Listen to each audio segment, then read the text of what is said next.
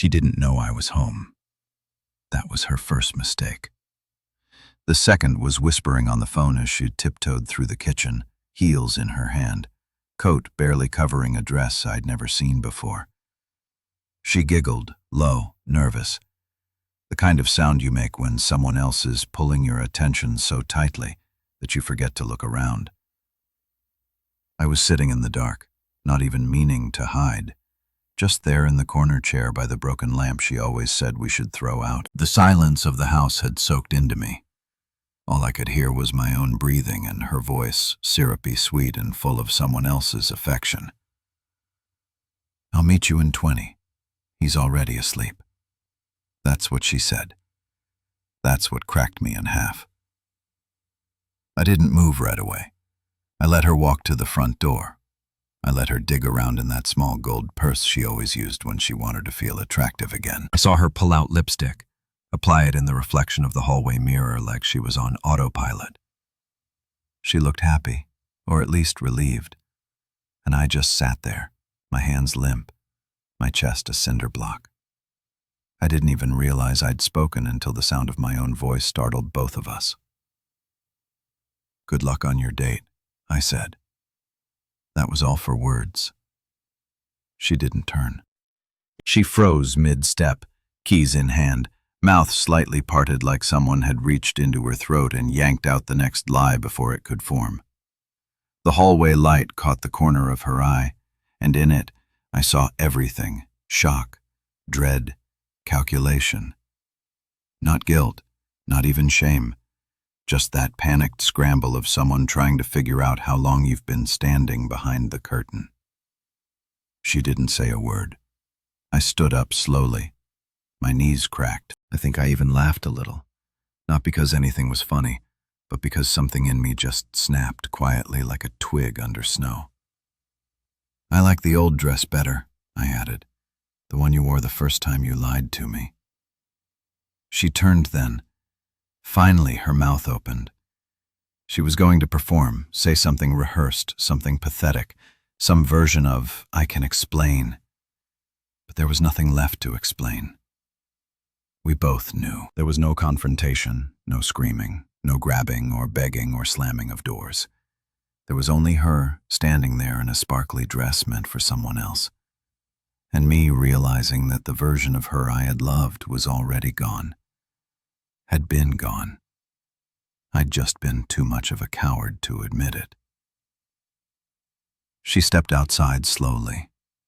Her eyes met mine once more, one last time, and then she left. I didn't stop her. I didn't follow. Instead, I walked back into the kitchen, where her wine glass from last night still sat on the counter, lipstick stain still fresh.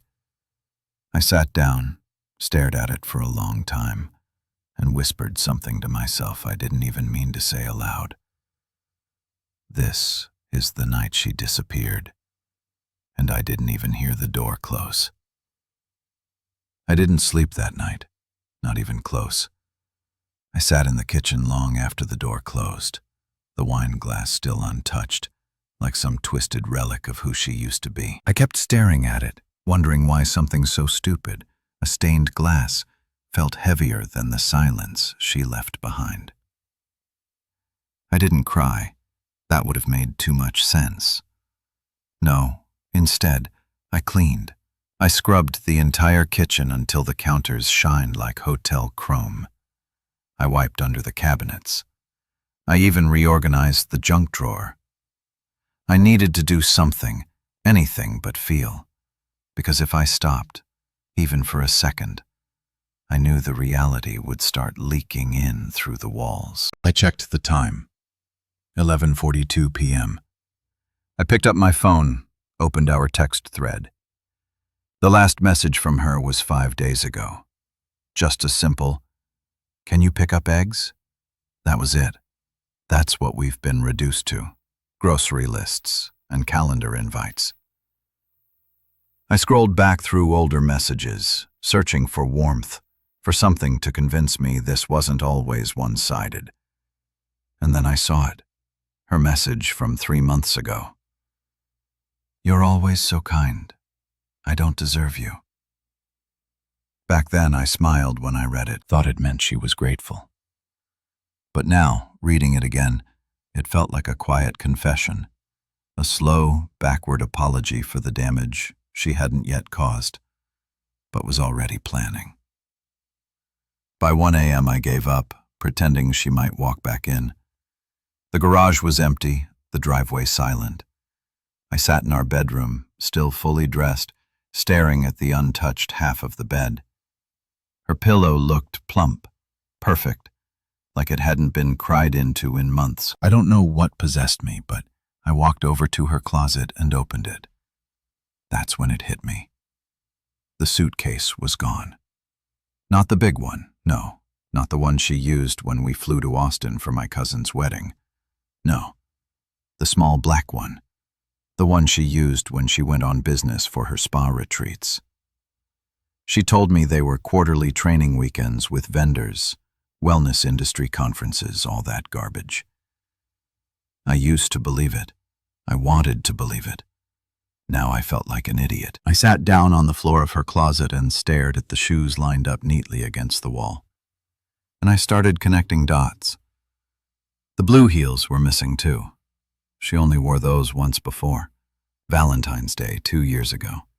We had dinner at that overpriced place in town where they serve food on wooden slabs and write "Happy Anniversary" and raspberry drizzle across the plate.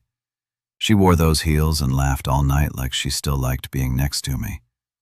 I hadn't seen them since until tonight. I think that's what finally broke me. Not the affair, not the lies, but the realization that she had taken our memories and re-gifted them to someone else. She dusted off the pieces of us and gave them to a stranger, like we were some forgotten photo album she found in the attic. Around 2:17 a.m., her phone buzzed on the kitchen counter. She had forgotten it. I wish I could tell you I resisted the urge to look, that I was noble or dignified or took the high road. But I didn't. My fingers trembled as I picked it up. The screen was locked, but the notification preview was wide open. Had the best night. Can't wait to see you in that dress again. Winky face. No name, just a number. I didn't recognize it, but I memorized the last 4 digits like a bullet to the chest. I stood there holding her phone like it was a bomb, and I was the only one who didn't get the evacuation memo. I opened the drawer, dropped it in, and closed it slowly, like it might explode if I moved too fast. I didn't sleep. I couldn't. Instead, I stood by the window like a ghost, waiting to see if her car lights would ever pull into the driveway. They didn't. Not that night. Not the next morning. Not even when the sun rose and painted the sky in that pink-orange hue she used to say reminded her of Florida. She still didn't come home. And somehow, I didn't leave either. I stayed because I didn't know what else to do. Because despite everything, part of me still wanted her to walk in, collapse into my arms and tell me she was wrong. But all I got was silence and that damned empty pillow. By the time the sun fully broke through the clouds and started flooding our kitchen with that sterile morning light, I hadn't moved from the window. I just stood there, arms folded, jaw sore from clenching, watching the street like it might offer me some sort of answer. Nothing came. No car, no apology, no explanation. At 6:12 a.m., the neighbors started their routine. Sprinklers hissed to life. Joggers passed with earbuds in. Dogs barked from behind fences. Life was happening loudly, stupidly, while I stood in a frozen loop of disbelief. I checked my phone again.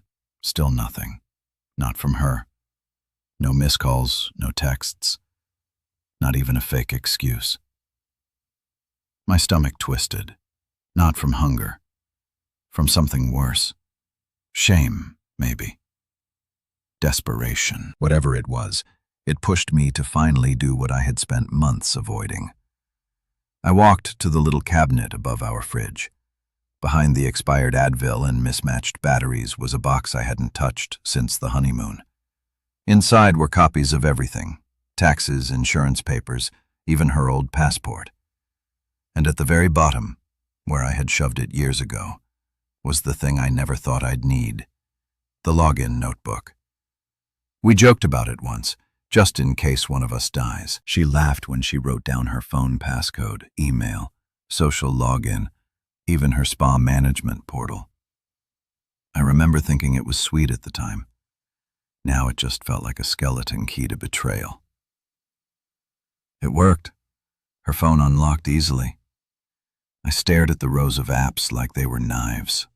I didn't know where to start, so I just opened her messages. Not the regular ones, the hidden ones. The Vault app one found tucked between two meditation apps she never actually used. There he was, Landon. The name felt fake, too polished, like something out of a real estate commercial. His messages were slick, short, just enough to paint the picture I had been trying not to see. You looked unreal tonight. Wish I could have stayed longer. He doesn't even notice, does he? My throat tightened, my eyes burned. I didn't even realize I was whispering out loud. He does. He did. He noticed everything. I scrolled too far too fast, and then I saw one that made me physically recoil. A photo of her in our bathroom mirror wearing my shirt, the one I wore when I proposed. She'd taken it off her hanger, slipped it on, posed with it like it was a trophy, and sent it to him with the caption, "Don't worry." He never even asked where it went. I dropped the phone, literally dropped it. It clattered against the tile, bounced once, landed face down. I didn't pick it up. I couldn't. My hands were shaking too hard. I backed out of the kitchen and ended up in the living room. I sat on the couch. The same couch where we once binge-watched an entire season of some dumb baking show and laughed about how we'd burn water if left unsupervised. That couch felt cursed now, like every memory it held was stained with some invisible ink I could never scrub away. I checked the time, 7:03 a.m. Still nothing from her. So, I did something else I didn't think I was capable of. I opened my laptop and started typing her name into our shared cell phone account. I wanted to see the call logs, the texts, anything. It was all there. Late-night calls every Tuesday and Friday. Voicemails. Voicemails I hadn't listened to. From her to him, from him to her. Some short, some not. I clicked one, just one. Her voice came through the speaker, whispery, playful, coded in a tone I hadn't heard directed at me in years. "He's clueless, babe. Like, fully clueless. I wore your cologne yesterday and he said I smelled fresh. He even kissed my neck." I could have laughed. I didn't laugh. I didn't breathe. I just sat there feeling like I had just witnessed my own obituary. I slammed the laptop shut too hard. It echoed through the house like a slap. I stood up, stumbled backward, and knocked over a picture frame from our 5th anniversary. The one with the boat in the background where I was sunburned and she was pretending to steer. The glass shattered, and I didn't even flinch. I was done pretending. I couldn't keep carrying this version of reality alone. I couldn't keep walking through the ruins acting like it was still a home. So I walked upstairs, opened the hall closet, and pulled down a dusty duffel bag I hadn't touched in years. It was time to leave. Not because I wanted to. Because if I stayed one more night under that roof, surrounded by everything she had defiled with her lies, I would lose what little dignity I had left. But just before I zipped the bag, I heard it. The sound of a key in the front door. She was back, and I wasn't ready. The door clicked open like it had a secret to confess. She didn't know I was standing at the top of the stairs, frozen in place, one hand still gripping the half-zipped duffel bag. For a moment, neither of us spoke. The house inhaled deeply, holding its breath along with me. Then I heard her heels cross the threshold. 2 steps, then hesitation. She called out like nothing had happened. "Harris!" Her voice was fake sweet, softened, practiced. She sounded tired, maybe from the guilt, or maybe from something else. But what shattered me wasn't the sound. It was what I saw next. She walked in still wearing the same dress, glittering, wrinkled. Her makeup was smudged, not ruined, but kissed off in places. She looked like a person who had lived another life last night, and she hadn't come home to confess. She came home to pretend. I slowly walked down the stairs without saying a word. When she finally saw me, really saw me standing there, eyes wide, bag in hand, her expression cracked for the first time. She blinked, but no words came. Maybe she thought I'd be asleep. Maybe she hoped I'd be gone by now. But there I was, every broken truth staring back at her. "You forgot your phone," I said, my voice empty. Her mouth opened, but nothing useful came out, just a gasp of breath, like her body had just realized how deep the hole she'd dug actually was. "Oh, I didn't realize she began. "You didn't realize a lot of things," I cut in, "like how bad you were at hiding lies." She didn't move. The silence between us grew like mold. I stepped forward and placed her phone on the coffee table between us like a weapon I no longer needed to use. "I heard the voicemail," I said flatly, "and I read the texts and the pictures and the call logs." She looked down. For the first time in years, she looked like she was 13 years old and caught smoking behind the school.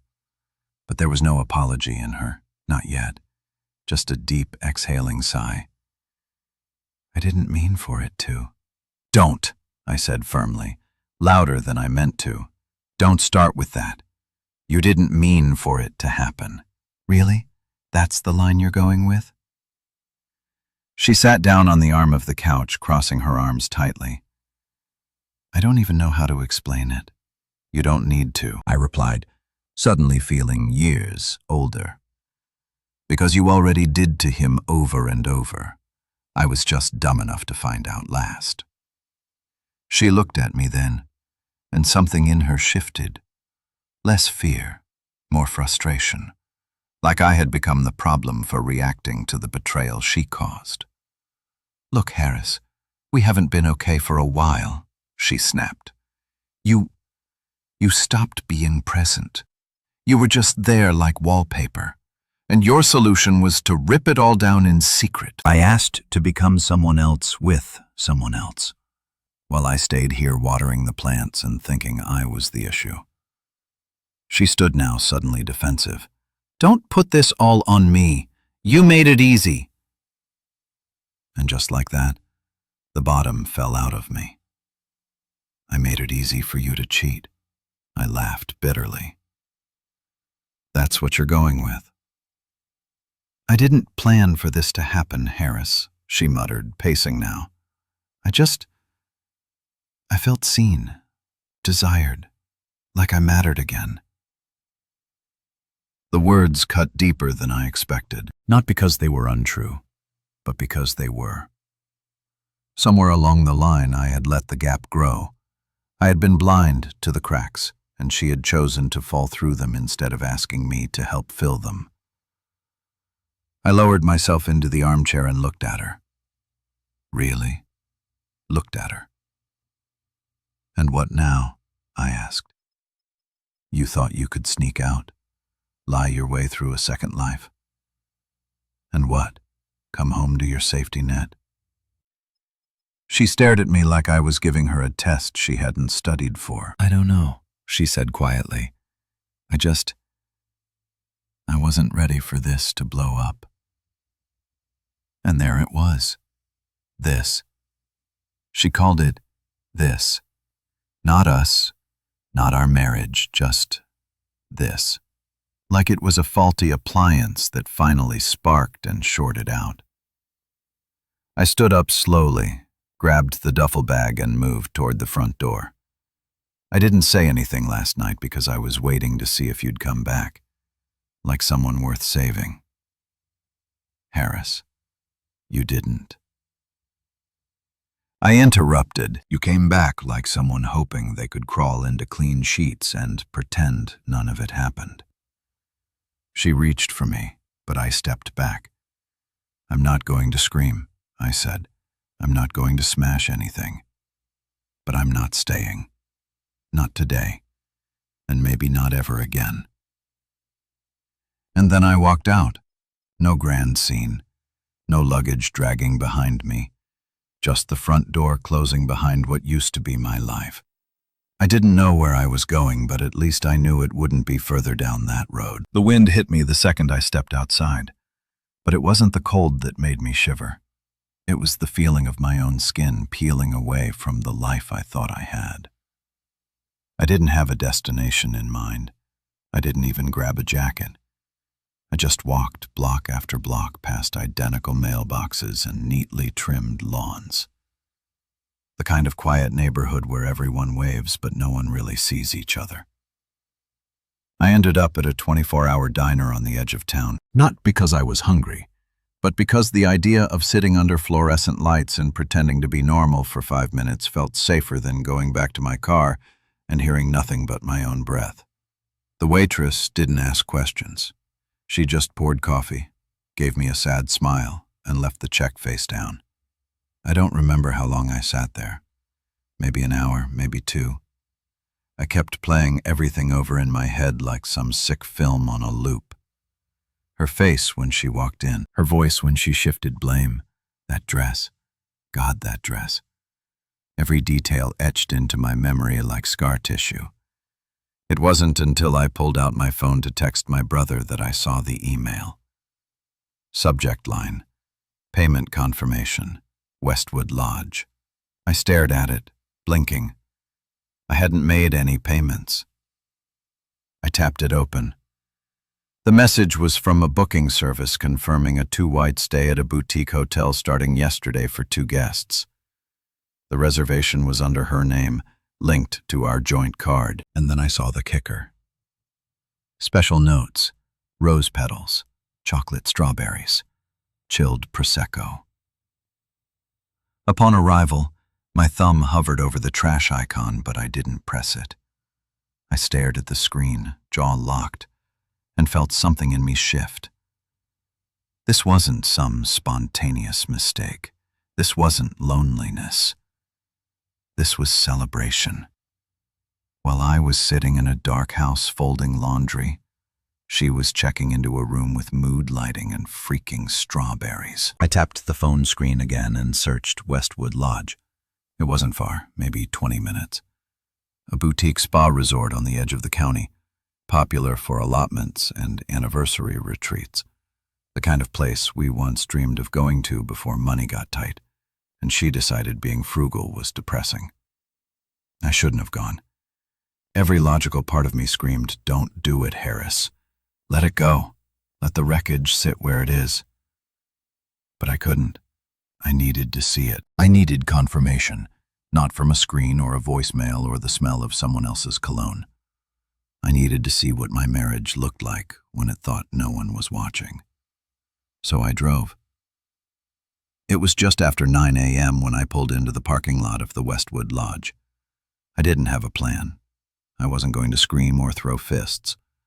I wasn't even going to approach her. Not yet. I just wanted to see. The lobby was quiet. Too quiet. The front desk clerk looked up from her computer with a bored expression. "Checking in?" she asked. I shook my head. "Actually, I think my wife is already here. I was supposed to meet her." "Room 214, Harris and Darla Adley." She didn't even flinch. "Of course. They checked in yesterday afternoon." She smiled politely. "I believe they requested no disturbances, but I'll let her know you're here." "No," I said quickly. "It's a surprise. She doesn't know I made it after all." The clerk smiled wider. "Romantic," she said, completely unaware of the war going off in my chest. She handed me a keycard. The elevator creaked all the way to the second floor. I walked the hallway like it was a funeral procession. When I reached 214, I stood there for what felt like a full minute. I could hear something faint behind the door. A laugh? Music? I wasn't sure. I didn't knock. I didn't even try to go in. Instead, I slid the keycard into the lock just enough to hear it click green, and then I pulled it back without opening the door. I turned and walked away, heart pounding, hands slick with sweat. But I had what I came for. This wasn't paranoia. This wasn't insecurity. This wasn't a misunderstanding. This was her choosing him over and over again. And I wasn't going to scream. I wasn't going to bang on the door.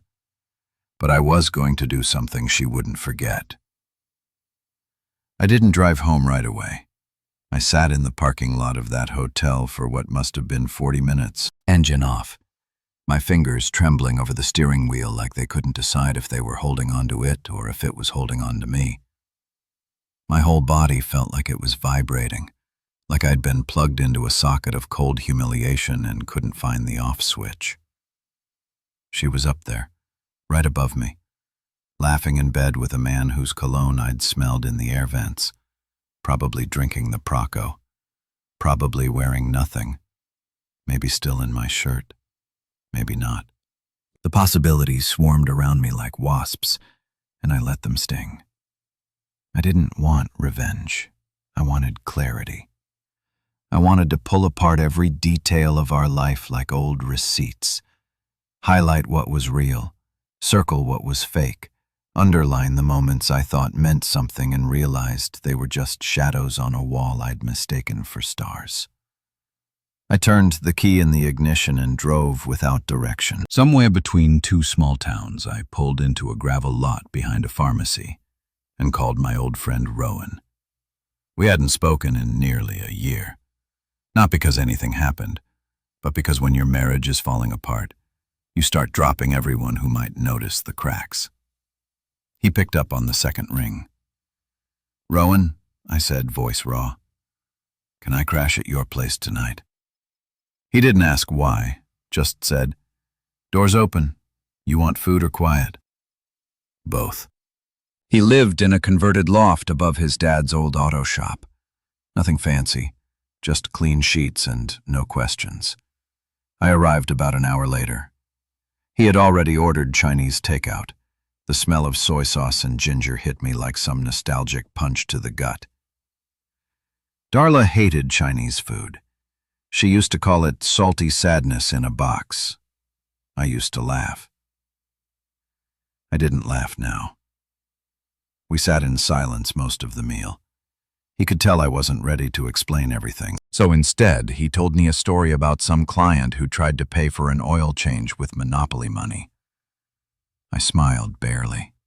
It was enough. Then my phone buzzed. A text from Darla. "Can we talk tonight?" No explanation, no sorry, no mention of where she was or how long she'd be gone. Just those 5 words. I didn't reply. I sat on Rowan's worn couch and stared at the message, thumbs hovering until he finally spoke. "You going to respond?" I shook my head. "Not yet. I want her to sweat." He nodded. "Good. Let her." But it wasn't about punishment. Not really. It was about pause, about finally flipping the dynamic. She had been steering the ship with lies and late nights in secret hotels, and I'd just been clinging to the railing, hoping not to drown. Now I had the wheel. I slept at Rowan's that night, not much, but enough to stop my mind from sprinting. And when I woke up around 6, the first thing I did wasn't check her messages. I opened my laptop. I went into our joint email, the one we used for bills and travel and shared subscriptions, and I started combing through it. I knew her habits. She wasn't careful with digital footprints, and it didn't take long before I struck something deeper than I expected. A forwarding confirmation from 2 weeks ago. She'd rerouted our financial statements to a second email. I clicked through the trail, sweating, heart hammering. And there it was, a hidden account. A savings account she'd opened 6 months ago under just her name. The same month she claimed she was downsizing her expenses. The same month I had to cancel my dental work to save for the new water heater. The balance, $9,300, nearly 10 grand, quietly siphoned away over months, hidden in the shadows of her lipstick smiles and girls' nights out. I sat there stunned. She hadn't just betrayed me emotionally. She was preparing financially, planning an escape. Maybe not for this weekend, but for soon. All that talk about finding herself, all those canceled date nights and cold shoulders. She was building a parachute and leaving me the fall. I didn't cry. I didn't scream. I just stared at the number on the screen and realized I was looking at her truth. Clean, mathematical, unapologetic. She hadn't just cheated on me. She had erased me in advance. Rowan walked in with 2 coffees and handed one to me. "What's next?" he asked. I took a long sip, set it down, and said calmly, "She wants to talk."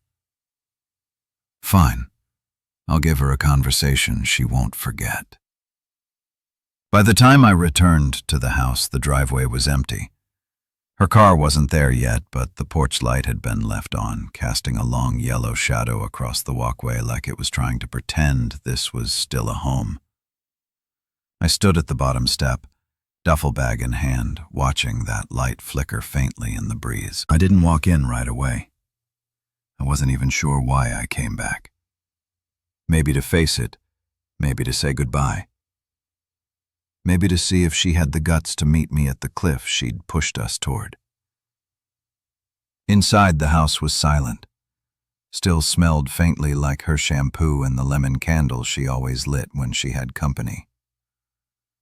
I dropped my bag by the stairs, not bothering to unpack. I didn't sit down. I didn't take off my shoes. I just stood there in the center of our living room, waiting like someone attending his own trial. At 7:42 p.m., I heard the garage door creak open. Then, her steps, slower than usual, like she wasn't sure if she was walking into fire or ice.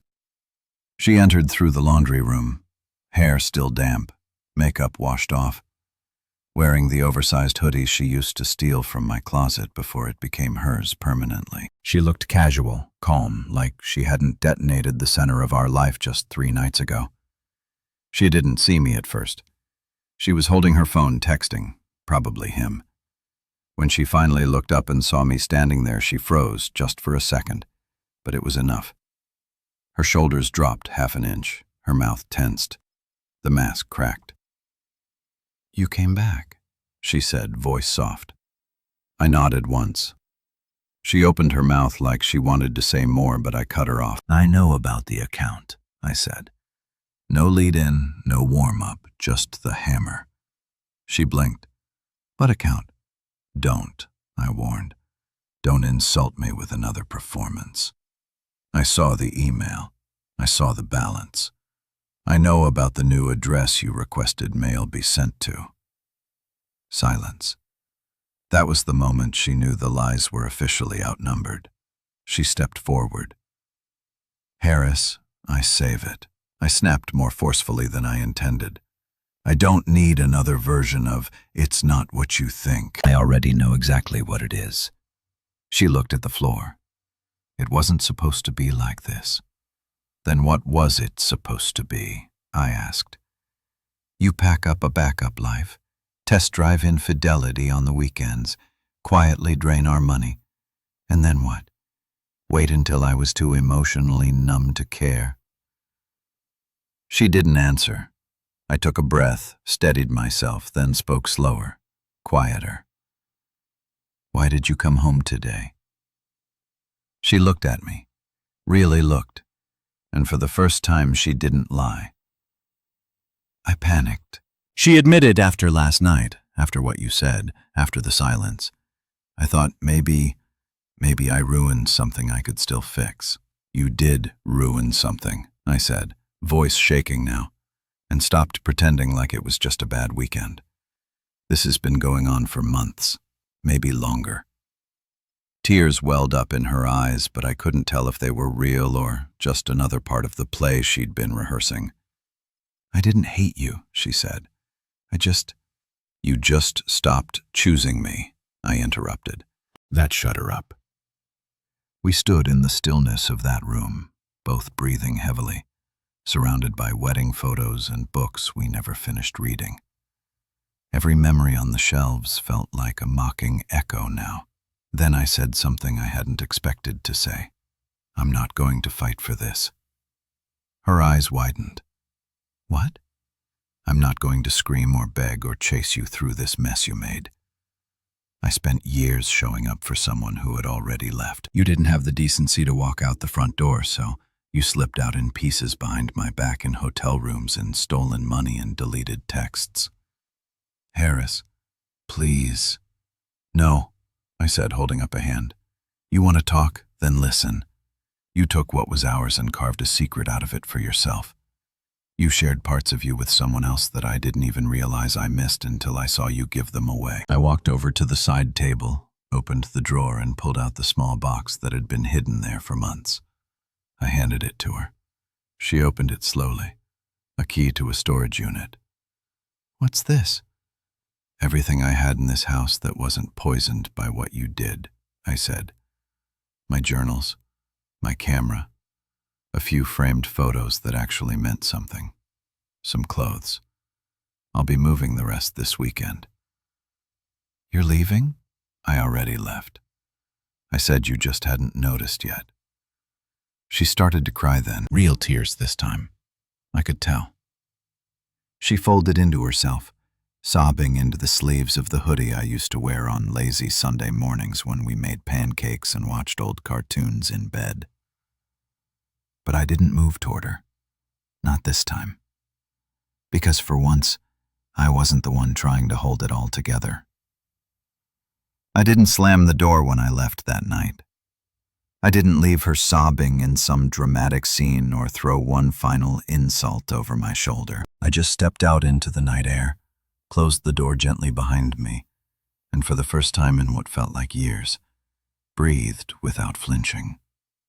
There was no plan, no cinematic next step, just me, my half-packed car, and the sound of gravel crunching under the tires as I pulled away from the life I thought I had been living. I spent the next few days in a kind of quiet, moved into a small month-to-month apartment that overlooked a commuter lot and a strip mall.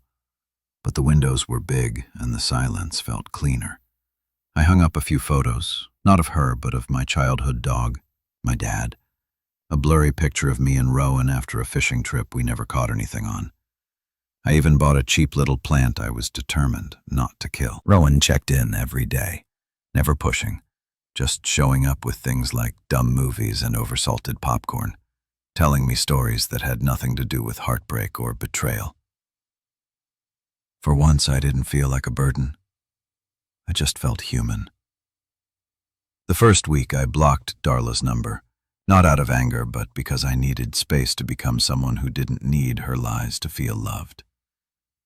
But something strange happened in that silence. The noise in my head started to fade. The version of me that lived on high alert, checking her tone, reading between lines, pretending everything was okay, started to loosen his grip on me. I started journaling again. I went back to my camera, dusted it off, and started taking photos.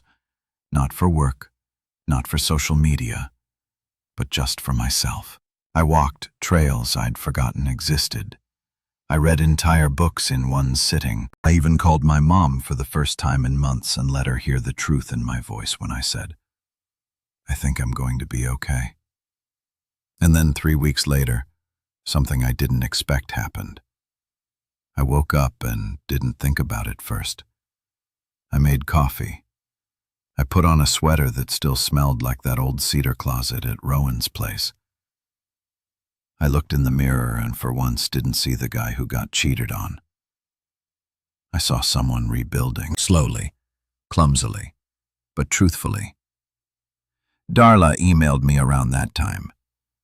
A short message. "I understand now. I hurt you more than I ever understood. You didn't deserve any of it. I'm sorry for everything. I'm not asking to come back. I just wanted you to know I finally see it. And you know what? That was enough. I didn't reply. Not because I hated her, but because I didn't need to carry that version of her with me anymore. The woman who lied.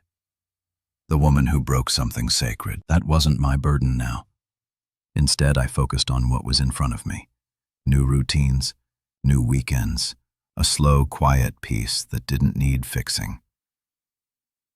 A month later, I met someone at a photography workshop in Bloomington. Her name was Elise. She had paint on her hands and laughed at her own bad jokes. She wasn't perfect. I wasn't ready. But we talked for 3 hours about light and shadow and how everyone has a secret story. And for the first time in a very long time, I wanted to tell mine, not because I was broken, but because I had survived it. Final note. This wasn't the story I thought I'd be living. But maybe that's the point. Sometimes what breaks you doesn't ruin you. It clears a space for something stronger to grow. And I'll say this to anyone who's been there. The moment you stop begging to be chosen is the moment you finally choose yourself. That's where healing begins. And that's where mine did.